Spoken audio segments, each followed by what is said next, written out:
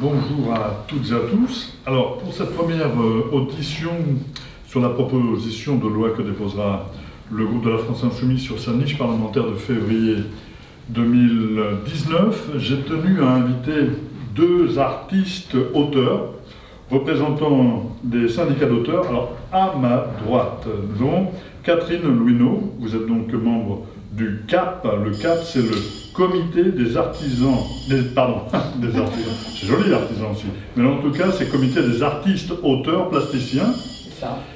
Et à ma gauche, Jorge Alvarez, si jamais on le dit vraiment bien. Oui. Voilà. Merci. Vous êtes membre de, je vous en prie, vous êtes membre du SNP, le syndicat national des photographes. Merci à vous deux d'avoir répondu présent à notre invitation. Alors, avant de vous laisser la parole, j'aimerais quand même présenter le plus brièvement possible l'objectif de notre proposition de loi. Alors, nous sommes partis du constat de la précarisation d'un grand nombre d'artistes-auteurs. En France et au-delà, on peut dire que la situation, ce qu'en disait Lacanal déjà pendant la Révolution en 1789, je n'ignore pas que les gens de lettres sont en général d'illustres nécessiteux, il faut les soutenir. Alors, cette précarité, elle est particulièrement manifeste dans les arts plastiques et visuels d'une autre part aussi, et dans l'édition d'autre part. Par exemple, un dessinateur de bande dessinée sur deux a un revenu inférieur au SMIC. 1 sur 3 vit sous le seuil de pauvreté. On est bien loin donc de la valeur estimée sur le PIB de l'économie culturelle et créative, vantée très hâtivement par le gouvernement actuel, c'est-à-dire que vous n'êtes pas les premiers de cordée et il n'y a pas de ruissellement. Je considère qu'il n'y a pas donc de création libre sous la menace de la misère, il n'y a pas d'avenir dans un pays qui laisse ses artistes dans la pauvreté. C'est pour la raison pour laquelle je souhaite créer un outil aidant les artistes à créer dans les meilleures conditions. Cet outil, ce sera donc le Fonds commun des artistes. Il aura donc deux missions. La première, et c'est la plus importante, celle de financer un droit à la recherche et à la création. Aujourd'hui, ça n'existe pas. Il existe, pour les artistes-auteurs, des demandes, ils peuvent faire une demande d'aide à la création, mais à ce moment-là, ils renoncent souvent à ce processus à cause de la montagne administrative que ça engendre. Et cet outil, celui du droit, serait inédit parce qu'il s'agit bien effectivement là, ici, d'un droit. C'est-à-dire que si un artiste-auteur remplit toutes les conditions pour jouir de ce droit, alors il lui est acquis. Cette mesure, c'est la clé de voûte de la proposition que nous défendrons en février. Vient s'ajouter un autre dispositif d'aide à la création pour les premières œuvres. Alors il concernera là ici les personnes n'ayant jamais créé auparavant ou n'ayant jamais exposé auparavant. Là encore, il s'agit de s'assurer que celles et ceux qui ont de faibles moyens financiers ou structurels puissent désormais créer et le faire grâce à notre dispositif d'aide à la création. Alors je ne vais pas développer davantage, le but c'est que nous échangions, ce qui nous permettra d'approfondir certains points par la suite. Avant de terminer, j'aimerais quand même préciser que quelques dispositifs d'aide à la création existent aujourd'hui, mais qu'il n'existe pas d'aide intersectorielle dotée de moyens suffisants, ni de droit. Et j'insiste bien sur le fait qu'il n'y a pas de droit à la recherche et à la création pour les artistes auteurs aujourd'hui. Madame Louineau, Monsieur Alvarez, je vais maintenant vous laisser la parole. Vous pouvez commencer par nous dire, si vous le voulez bien, ce que vous faites en tant qu'artiste-auteur et quelle est votre discipline notamment, et puis ensuite nous aimerions vous entendre sur ce constat que je viens de faire de cette précarité grandissante malgré tout chez les artistes, et en quoi en tant que syndicaliste mais aussi dans vos situations professionnelles vous avez été confronté aux difficultés que j'évoquais là, ici à l'instant. Alors je voudrais vous donner d'abord la parole, si vous le voulez bien. Oui. Donc moi je suis plasticienne, c'est-à-dire que je fais de la peinture, des installations, notamment dans l'espace public. En fait, j'utilise même de la photo, enfin j'utilise tout, c'est en fonction du projet, tout médium est possible, les moyens sont en fonction des objectifs et du sens que je veux donner à ce que je fais. Oui, le constat que vous faites, effectivement, moi, j'arrive à 60 ans et je fais le constat qu'en 40 ans de carrière, les trois quarts du temps, j'ai travaillé gratuitement. Donc c'est un constat qui pour moi est une évidence. Et le combat syndical, c'est pour que ceux qui viennent derrière nous ne soient pas dans cette même situation que nous avons vécue. Et de façon à ce qu'effectivement, à l'avenir, il y ait un peu plus de respect en fait, du travail de la création. En fait, effectivement, cette précarité est objectivée statistiquement. Enfin, je veux dire, c'est quelque chose qui se sait. Là, par exemple, pour l'année 2017, parmi les artistes auteurs, l'ensemble des artistes auteurs, tous médiums confondus, eh bien, il y en a 2%, environ 2%, qui ont des revenus égaux ou supérieurs à 50 000 euros. 2%. 75%, en revanche, perçoivent des revenus qui sont inférieurs à 5 000 euros. Par an. Par an, oui, bien sûr. On parle de revenus annuels, on ne parle pas du tout de revenus mensuels. Non, mais alors là, les revenus mensuels. Non. C'est-à-dire qu'en fait, la répartition du revenu des artistes auteurs est grosso modo structurée comme un pays dit sous-développé. C'est-à-dire que plus de la moitié des artistes auteurs se partagent 10% des revenus, cependant qu'inversement, 10% des artistes auteurs se partagent la moitié des revenus. En fait, il n'y a pratiquement pas de classe moyenne. Il y a une majorité qui galère et 3 pelés, 4 tondus qui s'en sortent. Voilà.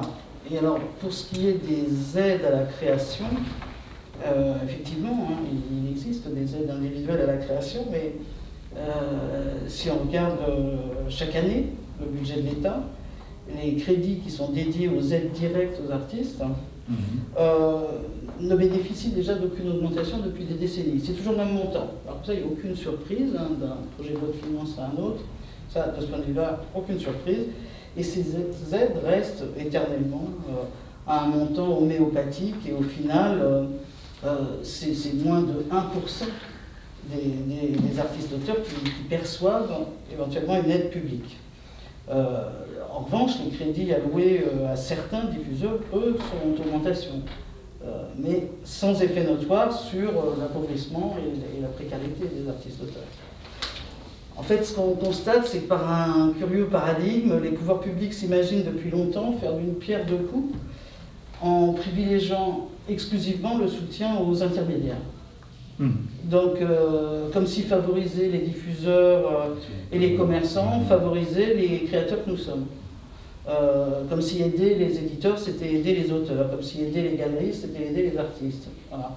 Donc cette espèce d'amalgame, cette confusion est un gros problème. C'est un peu l'histoire de la théorie du ruissellement qui ne ruisselle pas tellement. Et donc, au final, un artiste-auteur normal, avec des guillemets, a autant de chances d'avoir une aide que de gagner au loto. C'est voire moins en fait, voire moins de chances que de gagner au loto, parce que le loto c'est un jeu de hasard, donc somme toute les chances sont faibles mais égales, alors que dans les aides qui sont allouées aux artistes-auteurs, souvent c'est en fonction de critères esthétiques, donc en fonction de critères qui sont hautement subjectifs et très sujets aux effets de mode. Donc un artiste qui n'est pas à la mode ne va pas être aidé, etc. Voilà.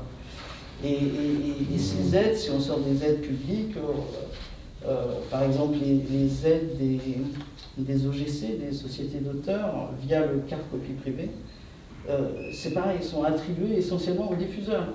Et là, on parle pourtant des droits d'auteur.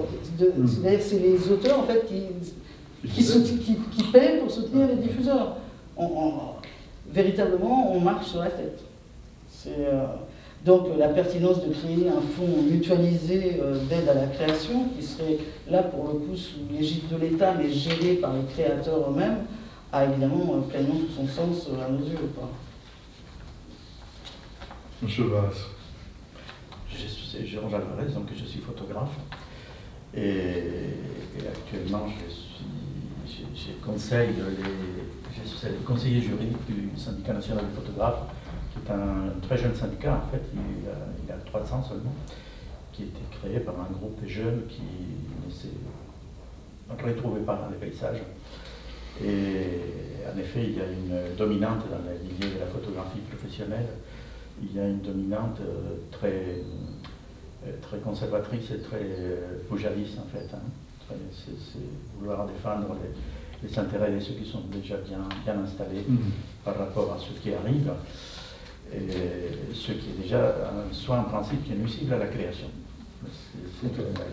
La seule façon que la création bouge, c'est un renouvellement permanent, une remise en question permanente. Alors, les domaines de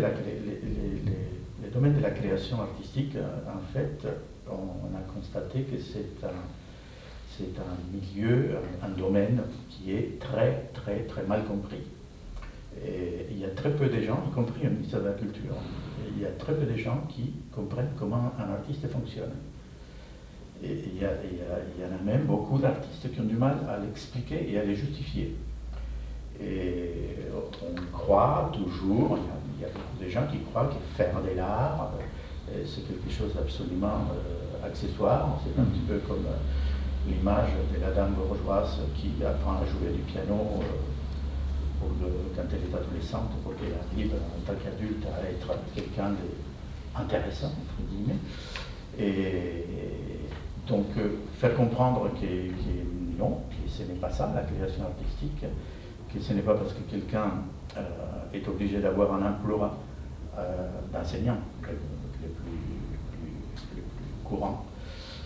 Et ce n'est pas parce qu'ils ont fait ces choix-là pour pouvoir manger qui ne sont pas créateurs, qui ne sont pas des artistes créateurs.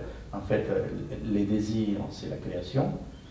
Et pour être pragmatique et pouvoir manger ses pâtes, l'alimentaire, il faut trouver une source de revenus. Donc, et on constate aussi effectivement que les aides, comme disait Catherine, ils sont extrêmement limités. C'est très récent, par exemple, qu'il y a deux aides à la création dans le domaine de la photographie, et gérées par les Centres nationaux de sa plastique, et qui en fait ils sont assez ridicules du point de vue montant. Et ridicule d'un point de vue montant et ridicule en nombre. Donc ce n'est pas des aides à la création. Encore une fois, c'est un domaine qui est très mal compris. C'est très récent, quelque chose comme 3-4 ans, si ma mémoire ne me trahit pas, qu'on a des études sur l'économie de la culture, dont de la création. Et le domaine de la création, justement, c'est lui qui est le plus important. Un emploi, un chiffre d'affaires, etc., etc. Et c'est assez... C'est-à-dire qu'on rapporte beaucoup, voilà. mais à d'autres. C'est juste ça le souci. En fait. Oui, non, mais il faut arriver à faire comprendre qu'est-ce que c'est cet environnement et comment ça fonctionne, comment fonctionnent les artistes. Et j'ai même entendu, bon, je ne le nommerai pas, un élu très important dans notre pays qui a dit qu'il n'y avait pas de culture française, par exemple. On peut nommer, si on veut, on a le droit ici, parce que c'est important, ça, quand même. C'est tout simplement le président de la République. Hein. Ben voilà. C'est étonnant, c'est vraiment étonnant, ça montre que ce n'est pas compris. Voilà, et puis ça montre effectivement l'intérêt qui est porté à la chose aussi. Hein. Voilà, et la chose, justement, le domaine de la création, c'est le moteur de la culture et de l'éducation. Sans création, il n'y a pas d'évolution dans la culture, il n'y a pas d'éducation, il n'y a pas d'évolution de l'éducation non plus. C'est quelque chose qui, d'un point de vue société, c'est importantissime. Bien sûr. Mais ce n'est pas encore... En fait, on dit que c'est... Il y a une valorisation sociale de loin dans le brouillard, la création c'est bien, enfin... On nous passe beaucoup de pommade dans le dos, mais alors la pommade dans le dos, ça n'aide pas du tout à aller acheter son pain, quoi. On est en permanence payé en message, c'est vrai. C'est un peu le syndrome du corbeau et du renard. Ou que vous êtes joli, ou que vous me semblez beau, et hop, on lâche notre fromage, parce que d'une certaine manière, on est un peu co-responsable de ça aussi, en n'étant pas suffisamment syndiqué, on est globalement, je veux dire collectivement. Donc, mais c'est exactement ça, voilà, un artiste-auteur qui décide de s'engager dans la création, c'est vrai que sa motivation première, c'est pas l'argent. C'est pas l'argent. Et il a un caractère vocationnel, en quelque sorte. Mais c'est pas parce que c'est pas l'argent qu'on doit le laisser crever. Je suis d'accord. C'est ça le souci, c'est-à-dire que. Ce que je veux dire, c'est que ça introduit un rapport de force qui d'emblée est à notre désavantage, puisque comme c'est pas notre motivation première, en fait on est prêt à faire gratuitement. Et parti de là, si on est prêt à faire gratuitement, ceux qui, pour le coup, dont l'activité est lucrative, naturellement en profitent. Donc en fait, on est victime en quelque sorte d'un abus de faiblesse.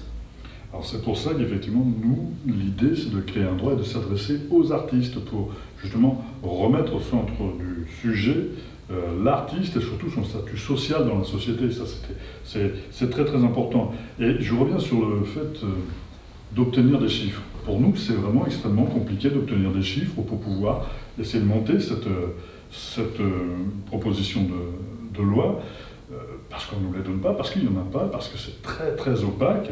Et puis je rebondis sur ce que vous avez dit, et vous avez tout à fait raison, dans le domaine du livre notamment, l'éditeur intègre dans son contrat les droits d'auteur de l'écrivain.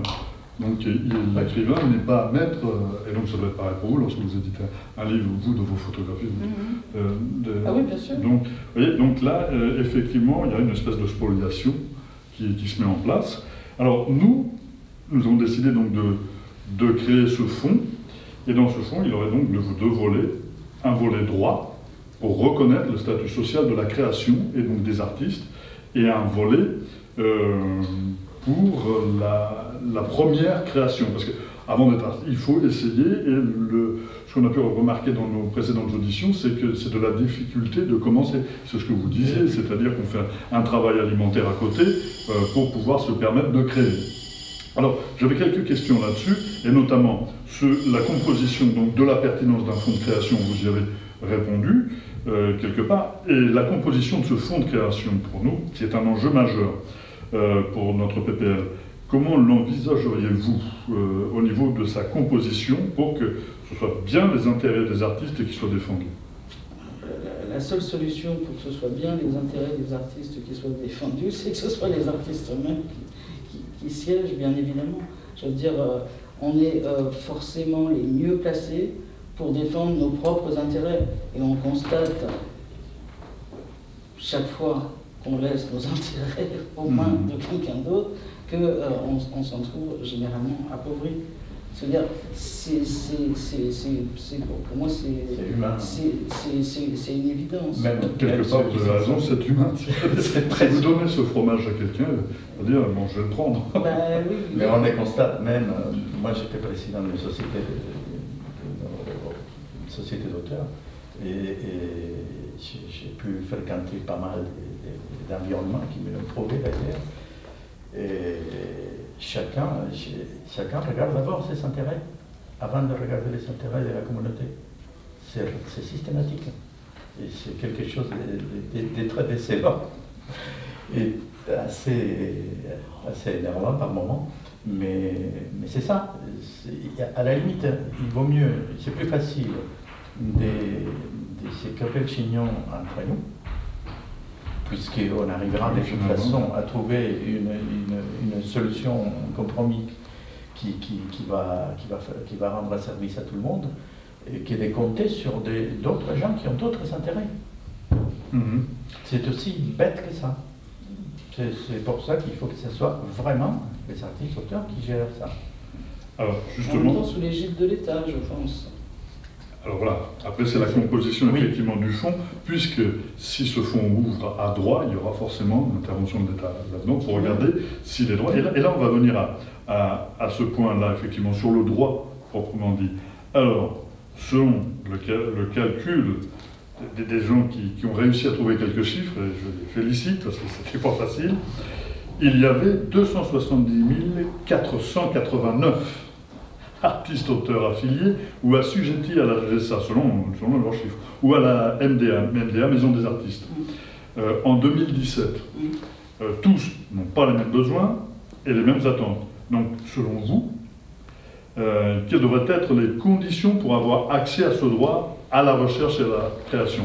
Là, je parle du droit pour l'instant. Quelles seraient donc les conditions pour pouvoir avoir accès à ce droit? Effectivement, au sein des 270 000 artistes-auteurs, tout le monde n'est pas dans la même situation. C'est-à-dire que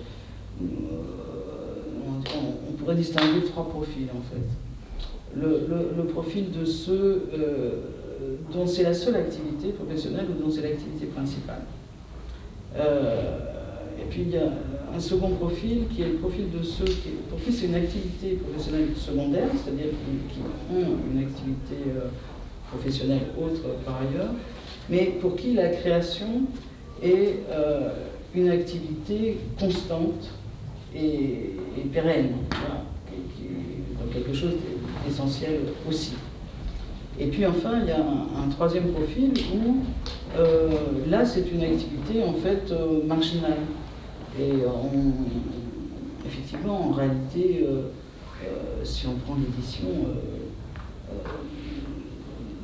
n'importe qui, à un moment donné, peut sortir un livre sur un de ses domaines de compétences autres. Je veux dire, sur sa profession, je ne sais pas, un plombier peut écrire un livre sur la plomberie, etc. Ça n'empêchera pas que son cœur de métier reste la plomberie. Et donc, à ce moment-là, dans un fonds comme celui-ci, c'est évidemment les deux premiers profils qui doivent être regardés plus précisément, et puis surtout de regarder les conditions économiques de la personne. Parce que le problème des aides existantes, en fait, c'est que bien souvent, il pleut toujours là où c'est mouillé. Donc, toujours dans le ruissellement. Voilà, on est toujours dans le ruissellement, la flotte, donc et les noyades, voilà, jusqu'au cou et tout. Donc, ce qui est important, c'est de voir effectivement l'ensemble en fait de la situation de la personne pour établir des critères de façon à aider ceux qui en ont le plus besoin, bien évidemment. Et alors là, comment on ferait ces critères? On les trouve où? Est-ce que ce sont les affiliés, les assujettis? Comment on peut décider de la manière la plus objective possible? Il ne faut plus faire la différence entre assujettis et affiliés. D'accord. Ça va être supprimé l'année prochaine. Voilà, ça va être supprimé. Donc là, on va être sur l'URSSAF. Oui, on va sur l'URSSAF. Mais surtout, en fait, la notion d'affilié et d'assujetti ne recouvre pas les trois profils que je vous ai dit. Je ne sais pas, par exemple, eh bien, je ne sais pas combien rapportent les livres qu'écrit le président de la République, mais certainement au-dessus du seuil d'affiliation. Est-ce pour autant son activité principale, essentielle? Je ne crois pas. Donc, des personnes peuvent très bien être au-dessus du seuil d'affiliation et que ce ne soit pas pour eux une activité essentielle, et inversement, des personnes peuvent être dans une galère et avoir très peu de rémunération, étant donné la déconnexion en fait entre le travail créatif et sa rémunération, et être affilié parce que n'atteignant pas ce seuil d'affiliation. Donc en fait, le seuil d'affiliation, en réalité, c'est un seuil d'ouverture des droits sociaux. D'accord. Alors je vais reformuler ma question. Qui pourrait prétendre à ce droit? Tous. C'est ça le problème. Alors, il va bien falloir, si c'est un droit, à un moment donné, le droit, dans notre République, est assujetti à quelques critères. Oui, quels critères pourrait-on mettre? Quels critères pourrait-on poser? Voilà. C'est assez technique là pour le coup. Tant pis pour nous. Non, c'est assez technique, je veux dire, il faut vraiment réfléchir à ce genre de définition. Ah oui. On est en train de définir, là on doit définir les frontières. Voilà. Et comme Catherine était en train de parler des frontières, justement, entre entre différentes activités. Parce que c'est absolument pertinent, Monsieur le Président de la République, si un jour ça finit, il va effectivement rentrer peut-être dans un critère de droit à ce fonds. Oui, non, c'est pour et ça si que jamais on est là-dessus. Donc si c'est pas ça, si c'est pas ce critère-là qui est valable, lequel est valable? Lesquels sont valables? Il va y en avoir plusieurs. Mais déjà, je pense que c'est l'ensemble des ressources qu'il faut prendre en compte. Et non pas seulement la ressource artistique. Et non pas uniquement les ressources artistiques. Parce que si vous prenez l'ensemble des ressources d'une personne, à ce moment-là, effectivement, vous commencez à voir dans lequel des trois profils dont j'ai parlé tout à l'heure, ils se situent. Ça se voit pratiquement... Les ressources, mais par secteur d'activité. Alors, voilà, c'est ça. Ah d'accord, parce que si celui qui est enseignant a ses ressources de son métier d'enseignant, puis les ressources de son activité artistique. C'est ça. Et donc il faudrait à un moment donné peut-être que l'un dépasse l'autre, ou que l'un soit l'activité principale, ou bien... Non, de voir l'ensemble. Je ne sais pas, c'est une question. On a l'habitude de ce type de réflexion dans la commission d'action sociale Maison des artistes à GESA. Et moi j'ai siégé pendant une année, je crois, ou deux, je ne me souviens plus.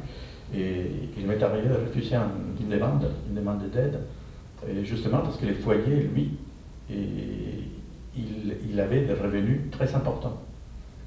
Et c'était complètement ridicule. D'accord, le revenu artistique de la personne était cette année-là très très très faible, demandait une assistance, mais le revenu des foyers était énorme. Et non, ça c'est d'où l'importance de que ce soit tout le revenu du foyer qui soit considéré dans une demande, évidemment. Non, mais ce qui est technique, c'est de trouver la façon de définir. Voilà. De toute évidence, il va falloir élire des individus qui vont représenter l'ensemble de la collectivité et qu'il va falloir qu'ils se réunissent dans une commission pour étudier les différentes demandes. C'est-à-dire qu'il faut qu'il y ait des critères qui soient établis. Voilà. Alors, ces critères, donc des critères économiques, mais c'est... Pas seulement. Pas seulement, c'est-à-dire qu'il faut... Parce que sinon, on a un très très large public à ce moment-là, qui peut arriver à dire « je suis créateur ». Le fait de le dire, est-ce que le fait de le dire suffirait? Non, il faut l'être déjà. Ah, il faut l'être déjà. Il me semble. Parce que, même les étudiants dans les écoles d'art, ils le sont déjà. Voilà. Ils commencent parfois à exposer au bout de quelques mois, au bout d'un an, ils sont déjà dans des projets, c'est assez étonnant. Et alors, est-ce qu'il ne faudrait pas qu'ils passent d'abord par le second dispositif, celui de la demande de la première exposition, de la première création, pour pouvoir dire, effectivement... Dans ces cas-là, peut-être bien, oui, mais ils sont quand même assez développés intellectuellement. J'en doute pas. C'est assez... J'ai été les voir en Beaux-Arts à Toulouse, j'en doute pas. Je vais dire par là aussi que d'un point de vue artistique, ils sont assez surprenants. Ils savent en général expliquer les projets qu'ils souhaitent, etc. C'est là où je disais que ça devient un petit peu technique, parce qu'il y a effectivement le côté économique, mais s'il y a 5000 demandes, il va falloir faire un tri pour pouvoir... Et non, parce que si c'est un droit, on ne peut pas trier. Si on ouvre un droit, on ne peut pas trier. Donc ce droit, il est basé sur quels critères? Sinon, ça n'est plus un droit. C'est sur dossier. Et dans notre idée, nous voudrions que ce soit un droit. Oui, mais à ce moment-là, il faut équilibrer forcément les dépenses et les recettes. Oui, on a fait quelques calculs. Au niveau recettes, ça devrait aller. Au niveau... alors, on a des chiffres, mais je ne vais pas vous abreuver de chiffres, mais des chiffres qui nous disent à peu près que sur le droit, c'est entre 280 et 300 millions que l'on trouverait aisément sur le volet recettes. Et le volet recettes, nous en parlerons après, mais c'est justement cette problématique, à la fois d'avoir envie de créer un droit pour reconnaître socialement le fait d'un individu d'avoir sa position sociale de créateur, d'artiste créateur dans notre société, au même titre que tous les autres métiers, quelque part, de toutes les autres activités, je dirais, plus largement. Et donc, si on crée ce droit, il nous faut des critères. Et à qui demander le mieux qu'à des artistes ayant quelques expériences en la matière? En fait, quand on pense au droit culturel et tout ça, pour moi, le droit de créer devrait être, en tout cas, un droit universel. Ça oui, fondamentalement, philosophiquement. Voilà. Mais maintenant, Après, un droit, concrètement, pour avoir quelque part un droit à accéder à une aide financière ouais. pour permettre la création. Après, ben justement, concrètement, à la fois c'est virtuellement quelque chose de possible pour tout le monde, puis voilà. en même temps on se rend compte que concrètement, voilà, sur je ne sais pas combien de millions, mais en France, on a 270 000, c'est-à-dire somme toute d'artistes, auteurs, tous médiums confondus, donc somme toute une toute petite population. Voilà. Et parmi ces 270 000, le degré d'engagement dans la création, c'est un petit peu ce que je disais sur les trois profils, c'est-à-dire quelqu'un pour qui c'est juste une activité occasionnelle, marginale, secondaire, etc., pour moi, n'aurait pas vocation à accéder à ce droit. À accéder à ce droit. D'accord. Il faudrait donc que ce soit une activité quelque part principale. Ben, et conditionnée aussi à des revenus. Principale ou, et à la fois principale ou constante. Ou régulière. Régulière, voilà. C'est un engagement. La création est vraiment de l'ordre de et comment de on reconnaît ça? Ah ben, un artiste, auteur, ne fait pas rien. Donc là, pour le coup, il y a des œuvres, quoi. Donc ce serait sur des critères de production d'œuvres, quelque part. Mais oui. De démarche ou de projet. Mais en tous les cas, une activité créative. Même dans les projets, parfois, il y a des choses qui sont assez étonnantes, c'est pour ça qu'il faut les écouter. Il faut écouter les artistes, c'est quelque chose de parfois drôle aussi. Je connais un photographe qui était au RSA dans 300. Il a passé 3 années à faire des photographies dans une région, seulement pour faire un livre. 3 années pour faire un livre, c'est une folie. Mais bon, on ne peut pas... C'est sa méthode. Il avait sa méthode, ses façons, donc il faut le respecter. Et voilà. Donc là, il faut écouter le projet, il faut le comprendre. Oui, alors ça voudrait dire que le droit est ouvert cas par cas.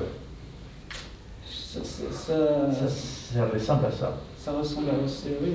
Seulement, c'est aussi antinomique avec le fait d'avoir un droit, dans le terme quelque part constitutionnel du terme. Ça veut dire que le droit, s'il est ouvert, il est universel quelque part. Mais il est accessible à tout le monde, mais ce n'est pas simplement parce qu'on a envie de changer de coiffure. C'est ça le problème. Donc il y a nécessairement une condition. Effectivement. Et donc dans ces conditions, on aurait donc le fait d'être artiste-auteur. Voilà, de prouver le fait qu'il y a une démarche assez longue de création et quelque part conditionnée à des revenus annexes qui ne sont pas, ou d'autres revenus. Voilà, il y a la face économique, il y a la face économique, effectivement, le niveau de revenu de la personne, de son foyer. Son foyer, parce que bien sûr, le conjoint, il gagne 1000 fois plus. Mais il y a aussi, d'un autre côté, il faut une reconnaissance de l'environnement. Il faut une reconnaissance de ses pairs, comme on a l'habitude de dire. Et oui. Et on est obligé de passer par là. Et j'entends bien ce que vous dites, mais alors ça voudrait dire qu'une fois qu'on est passé par là, on n'a plus à y repasser. Vous comprenez ce que je veux dire? C'est-à-dire si on est reconnu par ses pairs, on est reconnu une bonne fois pour toutes, non? A priori, quelqu'un qui s'engage dans la création, c'est pas pour un an ou deux, quoi. Voilà, normalement. En général, c'est un choix de vie, quoi. Parce que ça coûte cher. Ouais. Pas nécessairement financièrement toujours. En fait, ça coûte cher en investissement. Les plus gros investisseurs aujourd'hui, c'est nous. Hein. Parce qu'en fait, on s'autoproduit, voilà, En fait, on supporte tout l'investissement pratiquement économique de la création, c'est les artistes eux-mêmes qui le payent, quoi. C'est pris sur l'os, mais concrètement, c'est ça, je veux dire. Et quand il y a une activité parallèle, vivrière, elle sert aussi à... Voilà. Ouais. Et donc ça voudrait dire que sur ce constat, sur ces critères finaux, on peut dire la reconnaissance et l'universalité, elle serait sur la demande d'accès au droit, pas forcément sur le droit. Sur la demande d'accès au droit, et à ce moment-là, derrière, une commission qui permet de dire oui, effectivement, il entre dans le cadre du droit, et une fois que cette chose est acquise, elle est acquise. Et puis, il y a quand même on a un régime de sécurité sociale où là, ça paraît une condition nécessaire aussi d'être en règle, en fait, oui. de ne pas travailler au noir, par exemple, ce qui est quand même le cas de beaucoup de personnes. Hein. Mais vous avez tout à fait raison de préciser ça. Donc ça, mais ça, l'État le précisera de toute manière. C'est une condition, pour le coup, simple, mais naturellement, ça veut dire qu'il faudrait être dans le régime des artistes-auteurs, ce qui implique, là aussi, pour le coup, de s'être identifié, et donc d'être effectivement dans le champ de la création. D'accord. Alors maintenant, on va passer à un niveau plus loin. Imaginons que ça y est, le droit est acquis. Alors nous avons à peu près regardé, ils ont regardé, les gens qui ont cherché des chiffres, que je remercie encore une fois, qu'il y aurait entre 40 000 et 50 000 artistes-auteurs qui pourraient être éligibles à ce droit. Même après la discussion que nous venons d'avoir, je pense que ça tient. Et alors, de combien, imaginez-vous, quelle forme pourrait prendre ce droit? Alors, d'une allocation, c'est le plus simple, imaginons. À quelle hauteur? Et pourquoi faire? Pourquoi faire, c'est le plus simple. Commençons peut-être par là. C'est surtout la question des montants qui peut être très variable en fonction des projets. Oui, mais pour le coup, le principe d'une allocation mensuelle, ça, pour le coup, ça nous changerait, hein, puisque effectivement, on est dans une précarité totale, on ne sait jamais si on va toucher quelque chose ce mois-ci ou le mois suivant. Voilà, c'est complètement aléatoire, hein, on n'a aucun revenu régulier. Voilà, donc ça s'appelle pas précarité, je ne sais pas comment ça s'appelle, voilà. Donc ça, c'est nos conditions d'exercice habituelles, je dirais.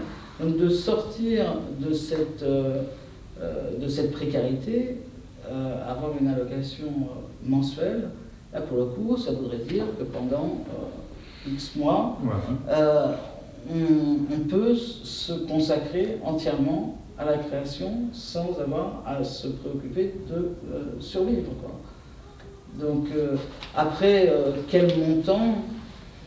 Il faut que ce soit un montant raisonnable. Nous, étant donné que la plupart des personnes sont en dessous du seuil de pauvreté, la situation est tellement dramatique que déjà l'objectif d'atteindre le seuil de pauvreté est lointain. Mais c'est pas suffisant. Non, parce que là, on va dire qu'on fait un RSA. Non, mais bien sûr, non. Mais donc, en tous les cas, il faut être au moins au SMIC, voire au-dessus.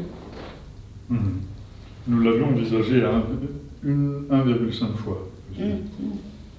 Ça permettait de vivre, d'essayer de s'équiper et d'avoir aussi des moyens financiers pour le structurel, c'est-à-dire l'atelier et tout ça.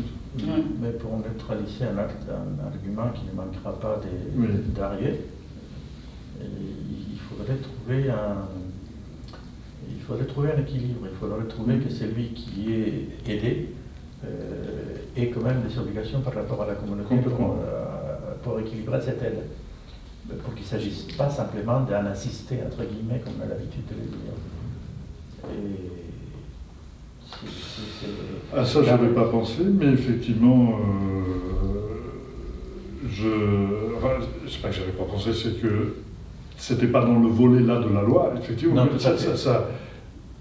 on n'avait pas pensé à l'intégrer dans cette loi-là, dans la loi proprement dite, mais le fait de participer à l'action de création, en soi déjà, l'idée c'est que l'État, responsable de ses citoyennes et de ses citoyens, facilite la création. Après le retour... Le retour, ça peut être un retour d'expérience, sur ce que ça a permis de faire, ça peut être au niveau du fond lui-même, de montrer à quoi il sert, tout simplement. Ça peut être quelque chose d'assez simple. Est-ce que ça doit être dans le cadre de la loi, ça? Je sais pas. Non, pas nécessairement. Pas nécessairement dans les textes de la loi, donc on commence à connaître comment... Parce que sinon, voilà, c'est pour ça. Non, c'est pas véritablement un échange. Non, c'est pas véritablement un échange. Sinon, c'est... Parce que c'est sur cet échange-là que les gens vont se baser pour dire comme ça, bah alors à ce moment-là, si on donne ça, il faut qu'on ait ça, il va y avoir une contrepartie. C'est pour ça que, moi je vous avoue que je n'avais pas pensé à qu'il y ait une contrepartie effective. Non, mais c'est pas au niveau de la loi, vous avez tout à fait raison.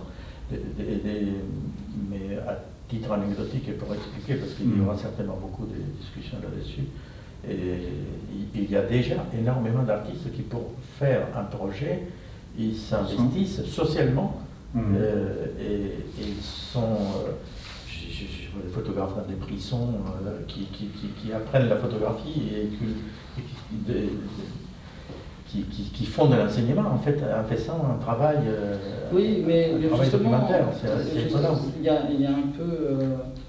à chaque fois, quand on parle d'éducation artistique et culturelle, etc., il y a une tendance à l'instrumentalisation des artistes pour leur faire faire autre chose que la création. Ça, c'est donc à un moment donné, qu'il y ait, alors qu'il n'existe précisément rien, ou si peu, pour aider à la création elle-même. Donc c'est toujours pour autre chose. Voilà, c'est ça. C'est toujours pour autre chose. Donc là, c'est essentiel. C'est ce que j'ai vécu dans le théâtre, notamment dans la diffusion théâtrale.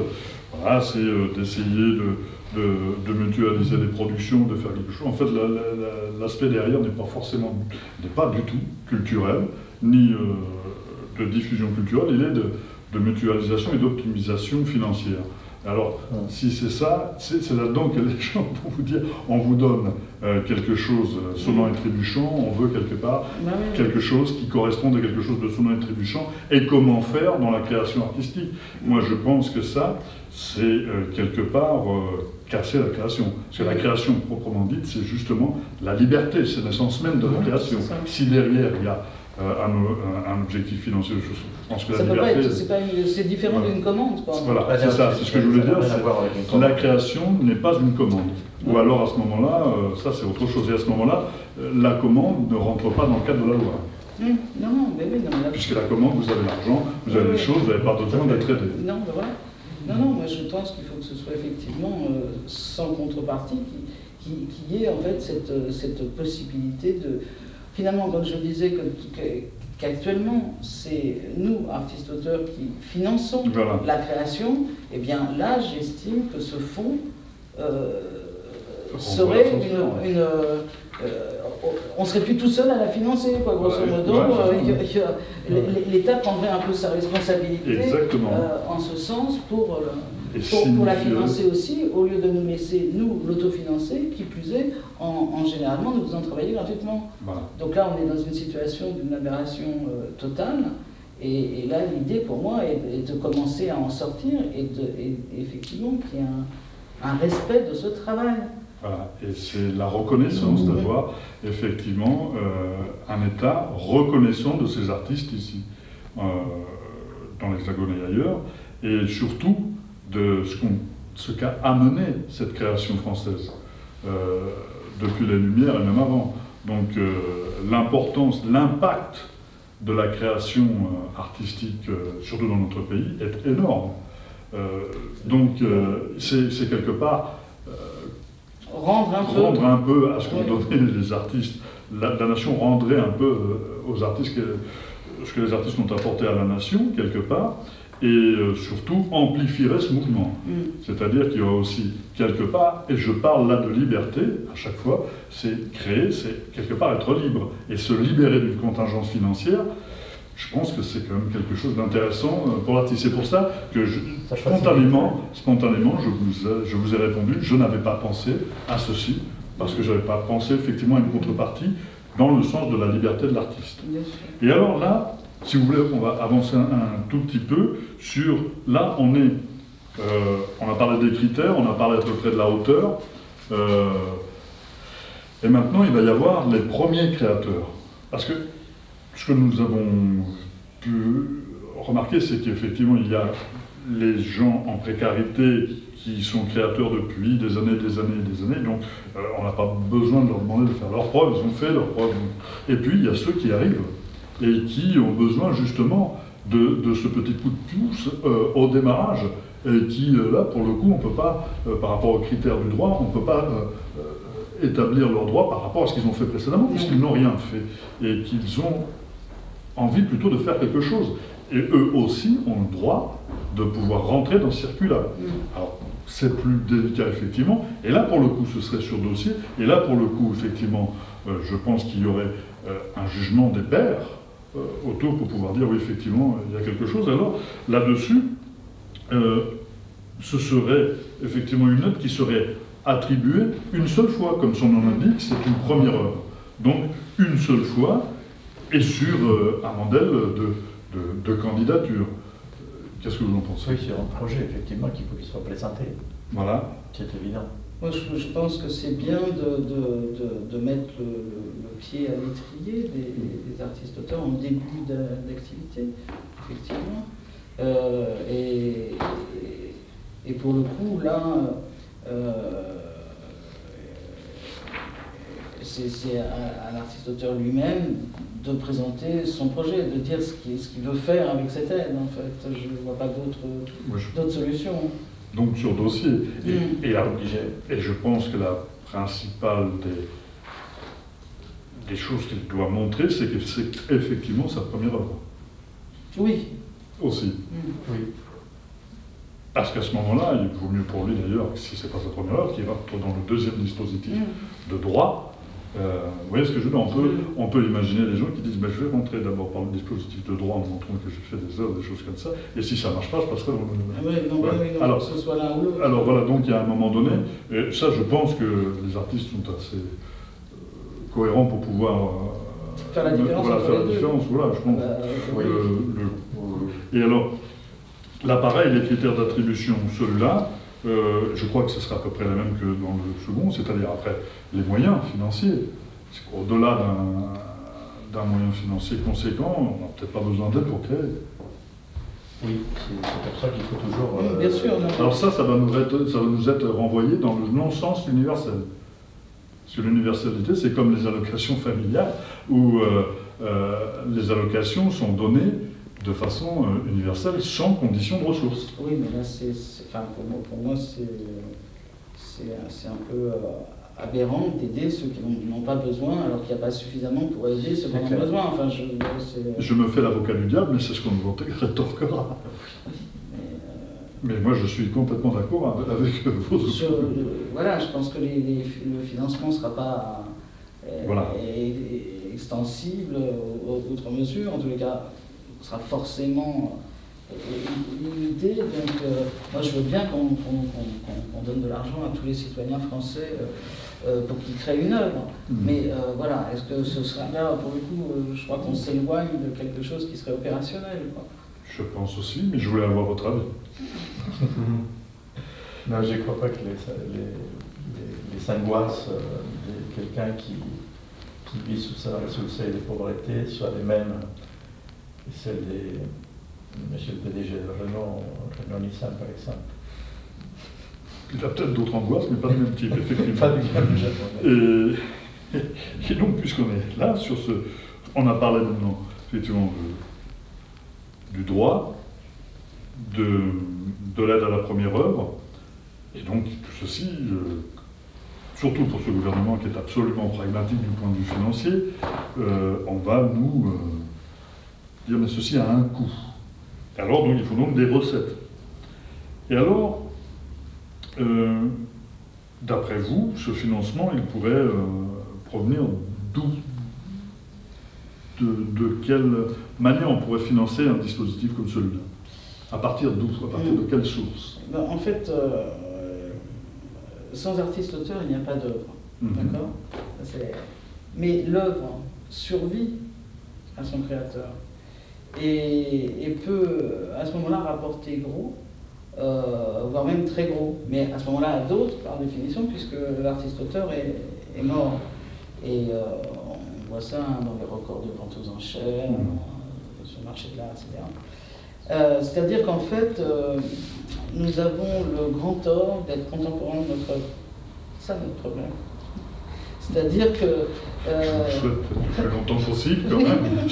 Mais la construction d'une œuvre se fait le plus souvent, effectivement, dans l'état actuel des choses, hein, au prix d'une vie de labeur, dans la précarité, voire dans la pauvreté. Et au moment où on pourrait enfin mettre du beurre dans nos épinards, malheureusement, c'est là qu'on mange les pissenlits par la racine. C'est dommage. Très beau. Donc, c'est très bio tout ça. Il y aurait une belle photo. donc je sais pas, il n'y a pas énormément de travailleurs qui peuvent rapporter plus morts que vivants. Nous, on est un peu dans ce cas-là. Et c'est vrai que, si je me place à ma propre place, je me disais que le syndicalisme, pour moi, la motivation, c'est pour que la génération qui me suit n'ait pas les mêmes galères que celles que j'ai vécues.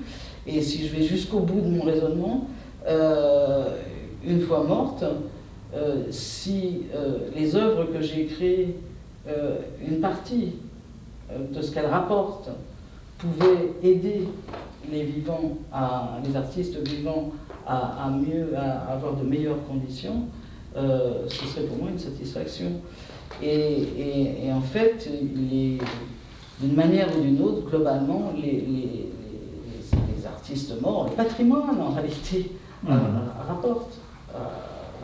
Et donc, il manque en fait une solidarité entre les morts et les vivants, quelque part, et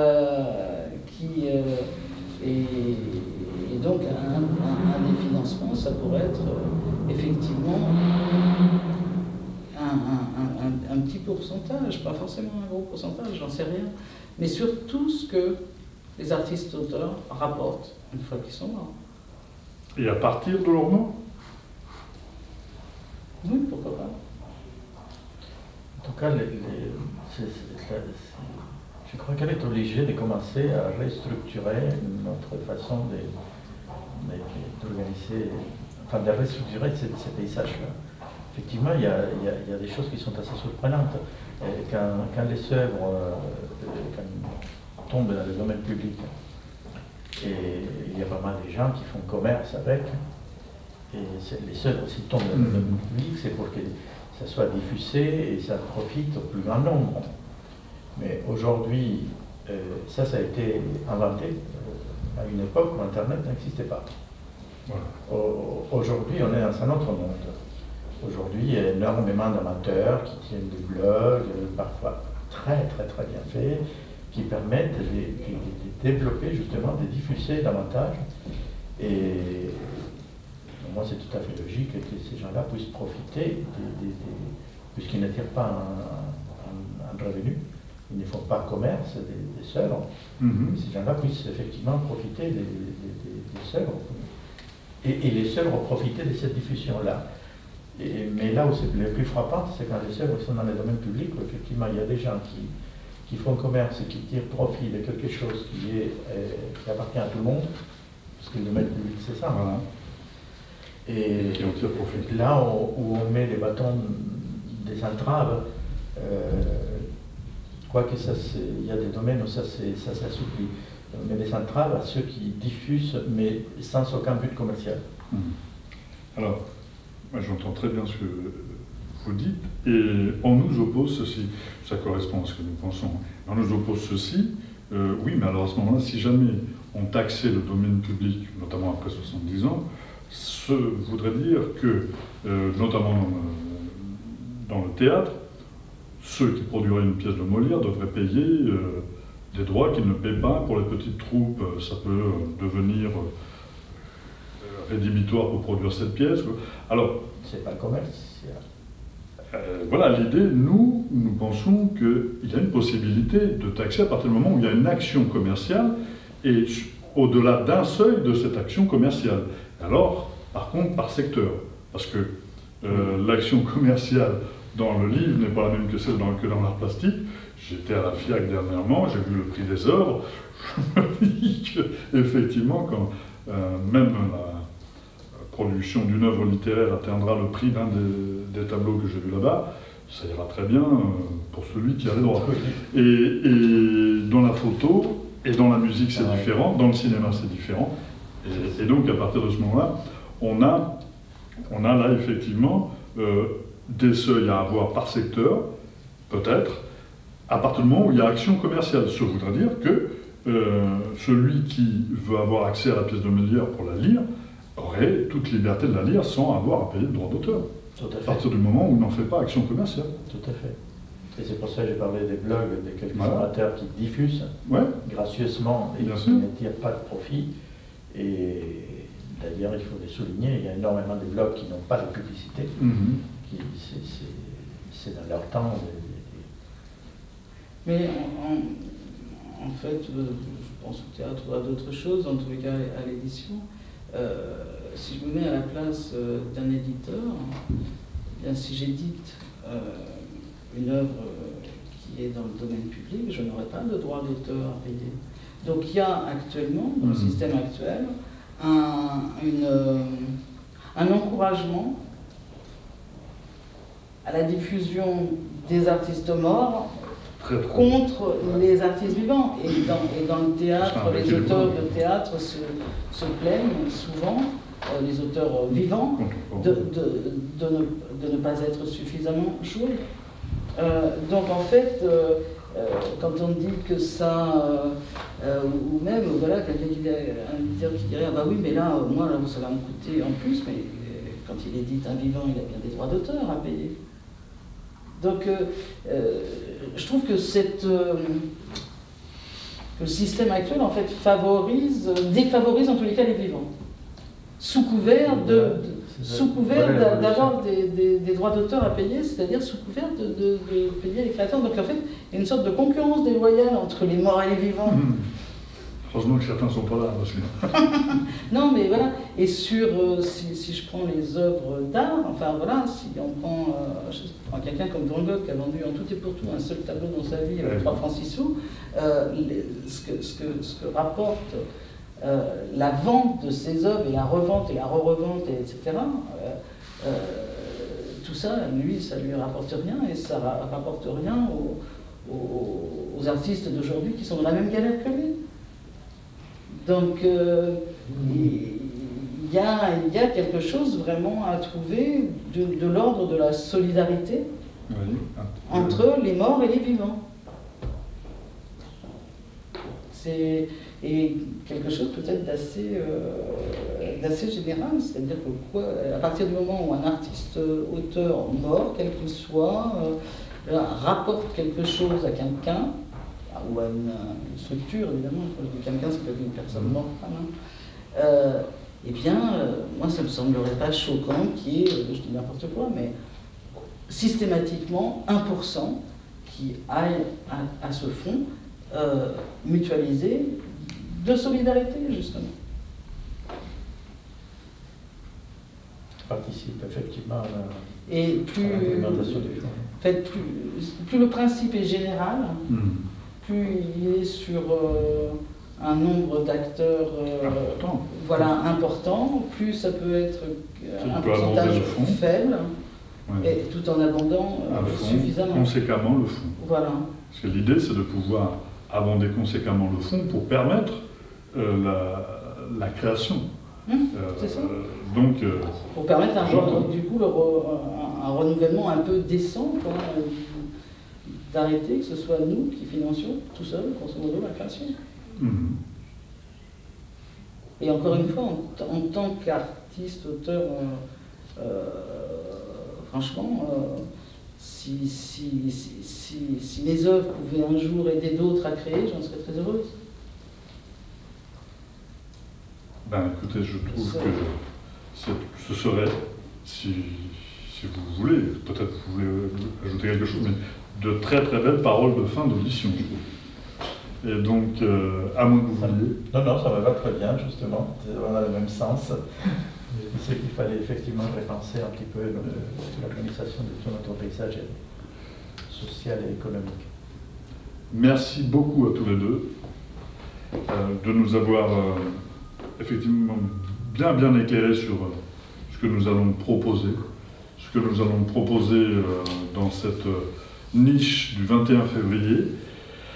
Cette proposition de loi, donc, c'est la proposition de création d'un fonds de création, la création d'un fonds de création, mais oui, c'est comme ça, la création d'un fonds de création artistique